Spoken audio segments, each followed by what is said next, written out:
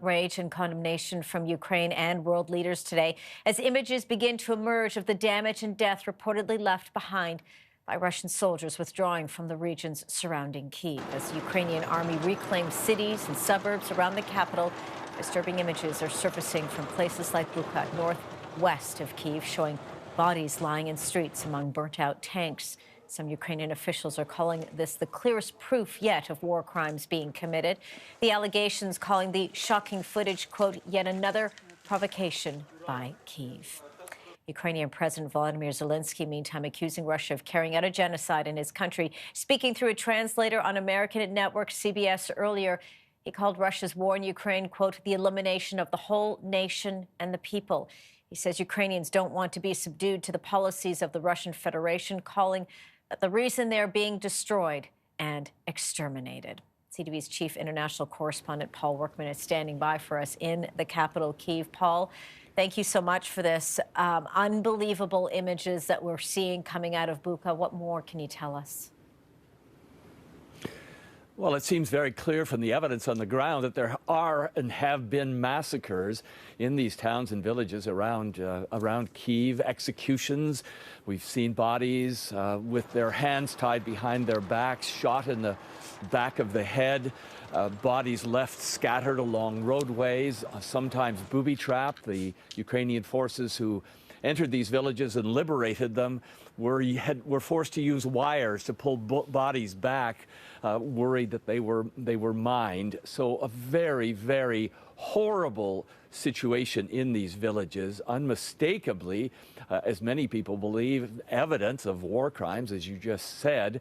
And Ukraine essentially promised today that it would prosecute as many soldiers, as many Russian delegates, officials as it possibly can as a result of what's happened on the ground and what's now being described as the Bucha massacre. Absolutely. And we heard very strong words from Volodymyr Zelensky as well today, saying this constitutes a genocide. What more now is he asking in terms of the action that needs to be taken? We hear, as you say there, what Ukraine is going to do, but from the international community.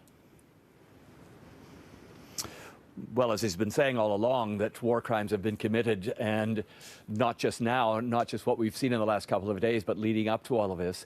This, however, changes the situation quite dramatically. It may be a turning point. It may force NATO into stronger action, not necessarily militarily, but perhaps giving Ukraine the kinds of weapons it's absolutely wanted for such a long time. Volodymyr Zelensky, the president, said, look, these massacres make it very difficult to continue with peace talks.